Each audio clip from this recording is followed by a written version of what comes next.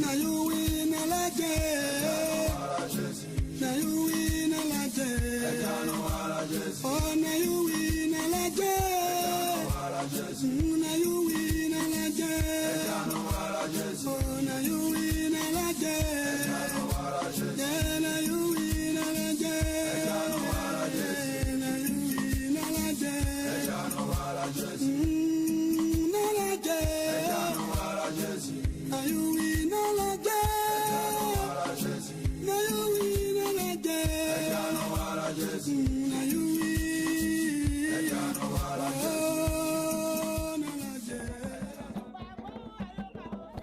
C'est à 15h30 que l'avion de la compagnie Air Ivoire s'est immobilisé sur le tarmac de l'aéroport Léopold Sédar Senghor. À son bord, Madame Simone Eyivé Gbagbo, venue au Sénégal sur invitation du journal panafricain Première Ligne pour la dédicace de son livre Parole d'honneur. Parmi les personnalités venues accueillir Madame Gbagbo à la coupée de l'avion, la ministre d'État chargée du genre et des relations avec les associations féminines africaines et étrangères, Awa Ndiaye, Doudou Wade, président du groupe parlementaire libéral et démocratique, et Amadou Diouf, président du comité d'organisation de la cérémonie de dédicace du livre Parole d'honneur de Madame Gbagbo et quelques-uns de ses proches collaborateurs. La nature était aussi à l'accueil. De fines gouttes de pluie tombent sur l'aéroport Léopold Sédar Senghor.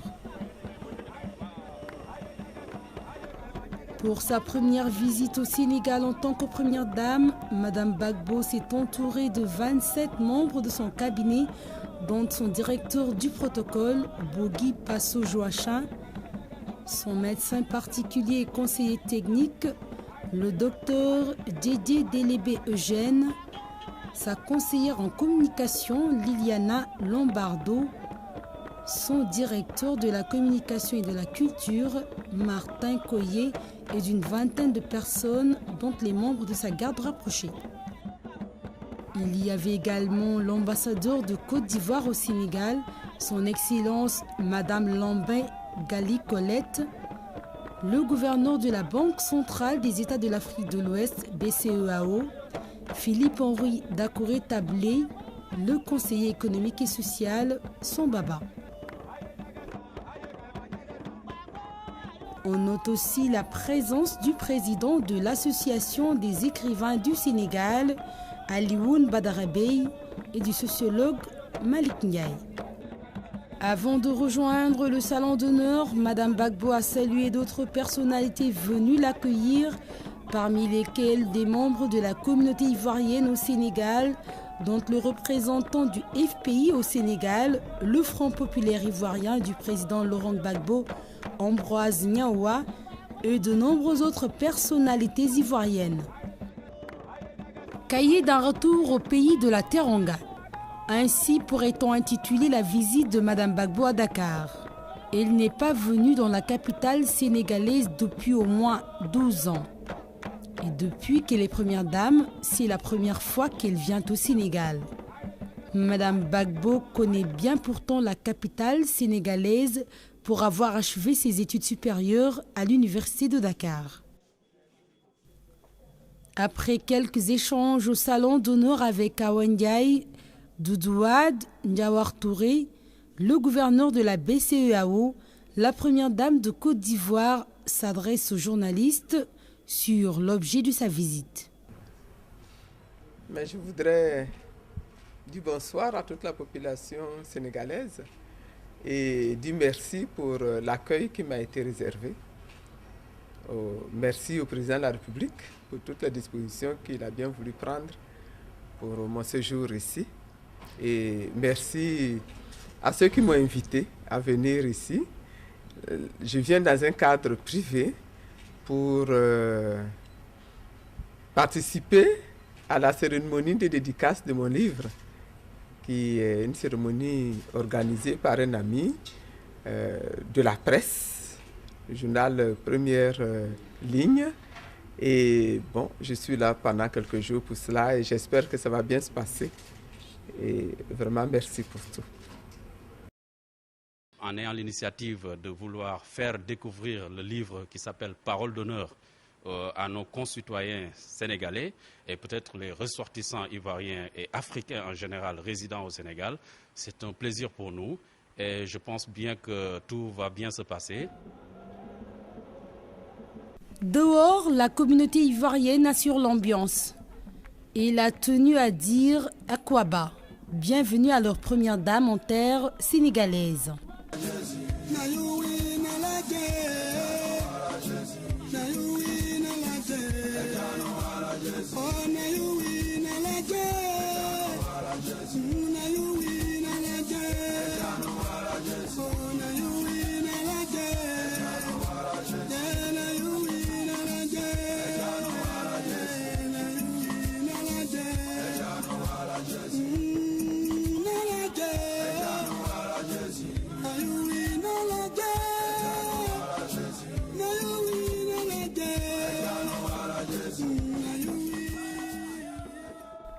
Au rythme des tambours ivoiriens, le cortège de la première dame de Côte d'Ivoire s'ébranle vers l'hôtel Radisson Blu où elle doit séjourner.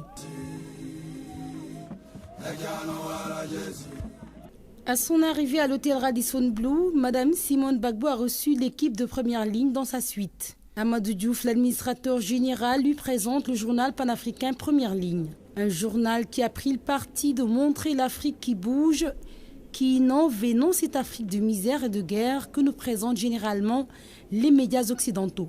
Et le journal est diffusé au Sénégal et en Afrique. Après cette présentation, Madame Gbagbo a accordé une interview exclusive à Première Ligne. Bonsoir Madame la Première Dame. Bonsoir. Nous vous remercions déjà d'abord d'avoir accepté notre invitation. Cela nous va droit au cœur. Et d'avoir aussi accepté cette interview exclusive.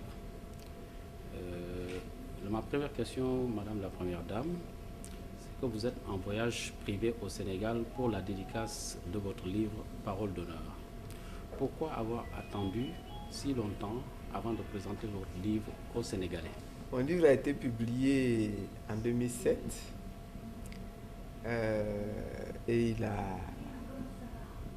il a connu une aventure que je peux dire positive. Mais la première année, on a été focalisé à vendre le livre en Côte d'Ivoire. À vendre le livre en Côte d'Ivoire. Et donc, ça nous a demandé beaucoup de rencontres. Nous avons eu beaucoup de cérémonies de dédicaces, mais en Côte d'Ivoire. Et puis, petit à petit, on s'est dit au fond, quand on a vu les réactions des uns et des autres, on s'est dit que ce livre intéresse également toute la sous-région ouest africaine. Et on a commencé à recevoir des invitations à venir faire dédicacer ce livre-là dans différents pays. On a donc été au Togo, où on a fait une dédicace, au Mali, où on a fait une dédicace, et puis maintenant ici au Sénégal. Bon. Disons que c'est à la faveur des invitations qu'on vient dans le pays. Et là, quand on a reçu cette invitation ici de venir, on n'a pas hésité. Encore merci. De quoi parlez-vous succinctement, je veux dire, dans votre livre? Ce qui m'a mené à écrire le livre, c'est la crise ivoirienne que nous vivons maintenant depuis 8 ans. Beaucoup de choses ont été dites sur la Côte d'Ivoire, beaucoup de choses sur le président Gbagbo, beaucoup de choses sur moi-même, et la crise même que nous avons vécue, la manière dont nous avons géré cette crise. Il m'a semblé important au moment où on voyait des lueurs, on avait des lueurs d'espoir sur la sortie de crise, qu'il était important de donner mon point de vue sur cette crise-là. Et c'est ça qui m'a amené à écrire le livre. Donc, dans le livre, je parle de la crise. Mais je parle également de notre itinéraire à mon mari et moi, et tous ceux avec qui nous avons milité dans la clandestinité jusqu'à être un parti reconnu, jusqu'à pouvoir briguer le pouvoir suprême et l'obtenir et le gérer.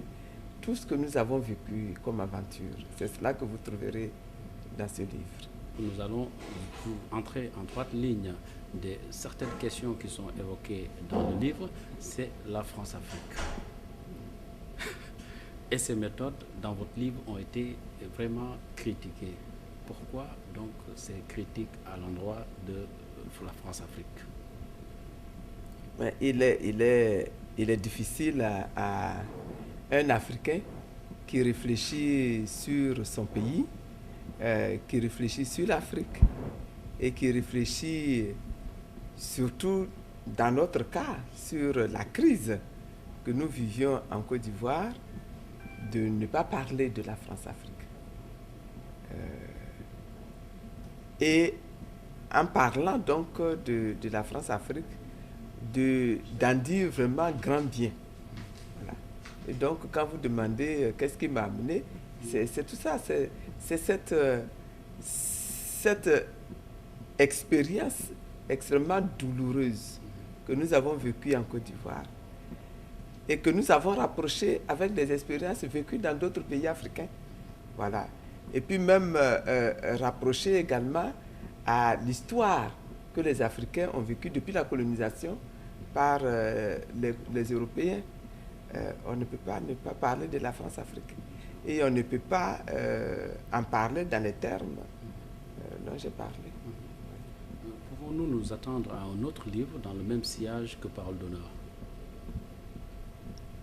Oh, je ne sais pas. Il y a tellement de choses à dire dans notre pays, sur notre histoire. Il y a tellement de choses à dire, mais à tous les niveaux. Là, je parlais de la crise et de ses effets et de ses origines, mais on peut également parler du combat des Africains pour sortir de la misère. On peut parler des femmes qui se battent pour avoir les mêmes niveaux de traitement juridique que les hommes. Il y a tellement de choses dont on peut parler. Justement, par rapport donc au développement de l'Afrique, vous incitez les jeunes dans votre livre à retourner à la terre. Pourquoi? Oh, je les incite à retourner à la terre, pas qu'à retourner à la terre, parce qu'il y a également beaucoup de métiers que les jeunes peuvent entreprendre et avec grand succès. Mais retourner à la terre aussi est un des impératifs de notre pays. C'est de la terre que nous tirons la nourriture. Si tous les jeunes savons être informaticiens, si tous les jeunes savons être commerçants, et s'il n'y a personne pour cultiver la terre, on se retrouvera dans les difficultés, avec peut-être beaucoup d'argent en poche, mais dépendant de l'extérieur. Voilà. Donc il faut que les jeunes retournent aussi à la terre, mais de la bonne manière. Ce n'est pas pour aller utiliser la daba comme nos parents l'ont fait. Il faut qu'ils retournent à la terre avec la mécanisation. Il faut donc qu'ils maîtrisent. C'est la technique qu'il faut qu'ils maîtrisent la mécanisation pour que nous ayons un secteur agricole modernisé et productif et rentable. Voilà. Juste une curiosité journalistique, dans combien de langues Parole d'honneur a été traduite? Parole d'honneur a été traduite en espagnol et puis maintenant en anglais. Ah oui. Voilà. Et quand est-ce qu'on pourra avoir à disposition ces ouvrages? Bon, la version anglaise est en train d'être achevée. Elle va sortir à New York le 25 de ce mois. La version espagnole est déjà disponible. Madame Gbagbo est considérée comme une femme de caractère. Êtes-vous vraiment si dur que ça? Bon, si ceux qui me baptisent de femme de caractère voient en la femme de caractère un être agressif, violent, etc., bon, je ne suis pas cet être-là. Mais si on voit en la femme de caractère un être qui a de la personnalité, qui sait ce qu'il veut, qui sait se maintenir debout même dans l'adversité, alors, bon, je pense que je suis cet être-là. Moi, je pense que pendant la crise, nous avons eu des moments extrêmement durs. Nous avons connu la guerre. Nous avons connu des agressions terribles sur nos enfants, sur nos populations, sur nos femmes. Et ça ne pouvait pas ne pas rendre dur. On ne pouvait pas ne pas prendre position avec sévérité contre ceux qui nous agressaient. Et ça a dérangé beaucoup de gens. Mais n'importe qui à ma place aurait eu le même comportement. Ce trait de caractère ne découle-t-il pas de votre éducation? Vous en parlez dans votre livre? Oui, j'en parle dans mon livre. Je parle de mon père, de l'éducation qu'il m'a donnée. Je parle de ma mère aussi, qui était une femme ferme et également très, très active. Bon, je pense que je tiens de mes parents un peu ce trait de caractère. Et puis, bon, mais vous savez, vous recevez au départ et vous forgez. Et je pense que j'ai forgé également avec la vie. On sait que vous avez fait une partie de vos humanités à l'université de Dakar, mais parlez-nous un petit peu plus de votre cursus scolaire. Bon, j'ai commencé d'abord par l'école primaire comme partout, et j'ai fait mon école primaire, mon enfance, à l'intérieur de mon pays, parce que mon père était gendarme, et donc nous allions de ville en ville au gré des affectations de l'époque. Et donc j'ai commencé en pays baoulé, dans une ville qu'on appelle Béoumi, où j'ai fait toute mon enfance et ma formation primaire. Et puis après, je suis venu à Abidjan. Papa a été affecté à Abidjan, et donc on est revenu à Abidjan, dans la capitale, où j'ai fait toutes mes études secondaires, le collège, les lycées et l'université. Et puis bon, mais quand j'ai fini ma licence de lettres modernes, j'ai fait le CAPES et je suis venu donc enseigner au lycée à Abidjan, dans le plus grand lycée de Côte d'Ivoire, où j'enseignais le français. Et c'est tout en enseignant le français que j'ai commencé à faire mes recherches sur la littérature orale. J'ai toujours été très attiré par la littérature orale, les contes, les proverbes, l'histoire des peuples, de la tradition, des migrations traditionnelles. Voilà. Et j'ai donc fait ma maîtrise sur les contes africains. Après la maîtrise, j'ai fait mon 2EA sur le langage tambouriné et la thèse également sur le langage tambouriné. Et le 2EA et la thèse, je l'ai faite à l'université de Dakar. Et puis bon, mais après j'ai travaillé à l'université comme chercheur en littérature orale, et ça m'a permis donc de me spécialiser également en linguistique et puis d'enseigner le français à l'université. Et puis bon, et après j'ai été happé par la politique. Mais très jeune, vous avez... Oui, bien sûr. Très jeune, vous avez milité dans le mouvement de la jeunesse estudiantine catholique. Qu'est-ce que cela a apporté dans votre formation au plan social et même politique? J'ai énormément milité dans la JEC, jeunesse estudiantine catholique. Et je dois dire que ce mouvement-là, je le recommande à tous les jeunes, parce que c'est un mouvement dans lequel, effectivement, on apprend. C'est un mouvement qui édifie l'être humain. Et en tout cas, moi, j'ai été édifié dans ce mouvement-là, parce que j'étais jeune, hein, j'étais élève au collège d'abord, ensuite au lycée classique. J'ai appris dans ce mouvement à diriger d'autres personnes. On était jeunes à diriger d'autres jeunes, à tenir une réunion, à diriger une réunion, à rédiger un rapport, à rédiger un procès verbal de réunion, à approfondir ma connaissance de la société, parce qu'on faisait on menait des réflexions sur l'école à notre époque, sur la santé à notre époque, sur la femme, sur la situation du jeune, etc. Et petit à petit, comme ça, j'ai été sensibilisé à la question politique, vous voyez, et je me suis retrouvé à mener des combats, toujours en tant que responsable de l'AGEC. Et j'ai eu la chance d'être nommé responsable national de l'AGEC féminine.